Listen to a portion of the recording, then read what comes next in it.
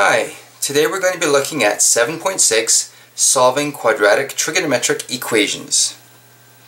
The goal of today's lesson is to solve quadratic trigonometric equations using graphs and algebra. This will allow us to use trigonometry to solve real-world problems involving sinusoidal functions. So let's take a look at the first example. First of all, please recall special triangles and radians, the pi by 6, pi by 3 triangle and the pi by 4 special triangle. Recall the cast rule and, of course, the Pythagorean identity sine squared theta plus cos squared theta equals 1. So let's take a look at this first example here, where we want to solve sine x plus sine 2x equals 0 on the interval from 0 to 2 pi exactly.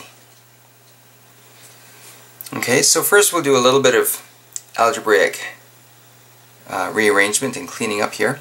So we see that we've got sine x and sine 2x.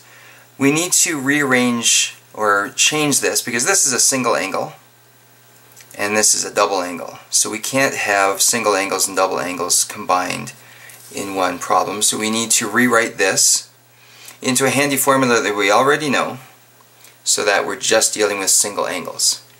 What would sine 2x be written as?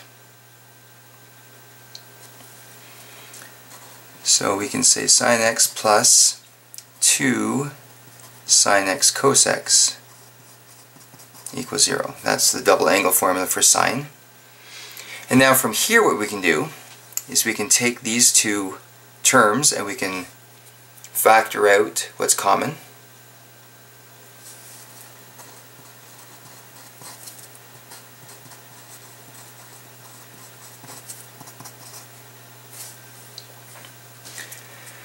So now we've got one factor, sine x, and another factor, 1 plus 2 cos x. And when you multiply these two factors together, we get 0. So when you multiply two factors together that gives you 0, either one of the factors equals 0, or the other equals 0, or both. So we can say sine x equals 0, or 1 plus 2 cos x equals 0. This one's pretty easy, we can just leave that as it is. And this one just needs to rearrange there and solve for cos x. So we subtract 1 from both sides.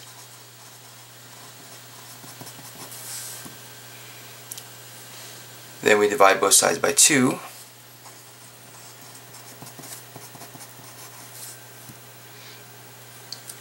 And then what we need to do is we need to analyze these things. Okay, so we've got cos x equals negative a half. And we know that the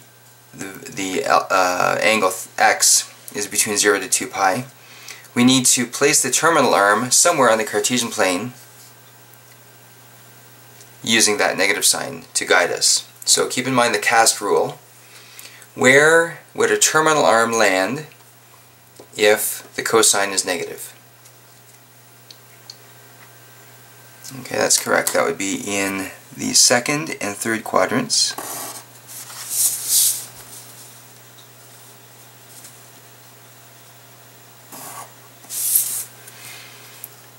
So here is x1, here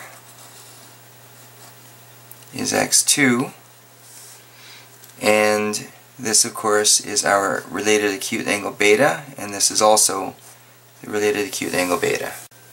So now we look at cosine of beta equals 1/2, and from the special triangles we see that beta would be pi by 3. So now if beta is pi by 3, then that means x1 is pi minus beta, which is 2 pi by 3,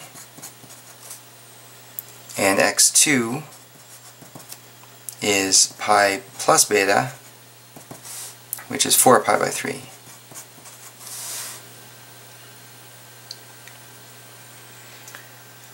Okay, and then now if we look at sine x equals 0, we've got so just going back here, we've got two values of x that if we were to sub that into this original formula, we would get 0 if we plugged in 2 pi by 3 and 4 pi by 3 into this and solve that. Now we're going to look at sine x. Where is sine x 0? Well, in this case, these special angles, the special triangles won't help us too much, but what we can do then is we can look at the sine curve. And I'll just draw a quick little sketch of the sine curve here. From 0 to 2 pi. And we see that sine x is 0 at 0 radians, pi radians, and 2 pi radians. So therefore x is 0, pi radians, and 2 pi radians. So therefore the final solution would be that x equals 0 radians, pi radians, 2 pi radians, 2 pi by 3 radians, and 4 pi by 3 radians to solve this quadratic trigonometric equation here. Okay, let's continue.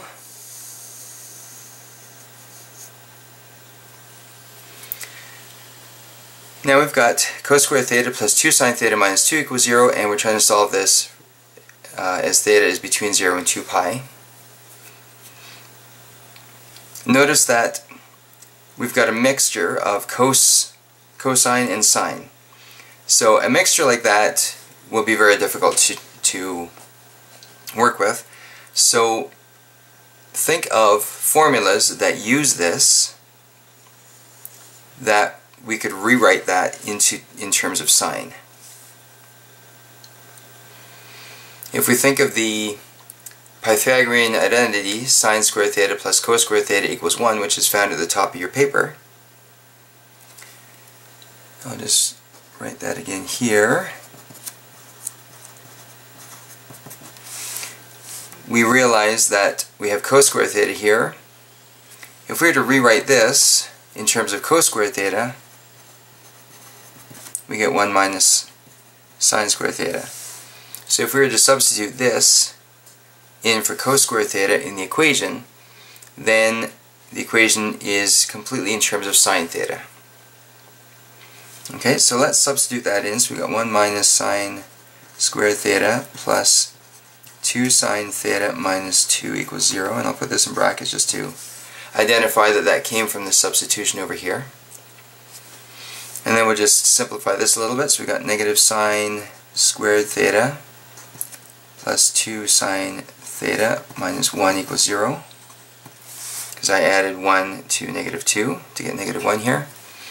Then I'll multiply through by negative 1 just to clear out that negative from the front. So we get sine squared theta minus 2 sine theta plus 1 equals 0. And we can see that this is a perfect square, the plus 1. The sine squared is a perfect square. And if we see what two numbers would multiply together to give you positive 1, well, we've got two choices, either positive 1 or negative 1. And if it was positive 1, then we get plus 2 sine theta, so it can't be that. So it must be negative 1, so we get negative 2 sine theta there.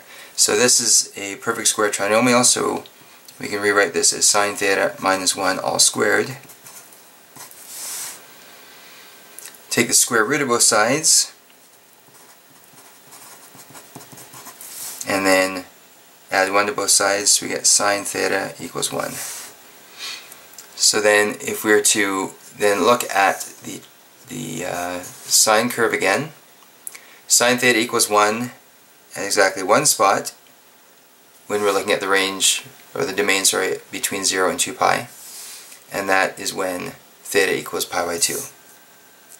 So therefore, theta equals pi by 2.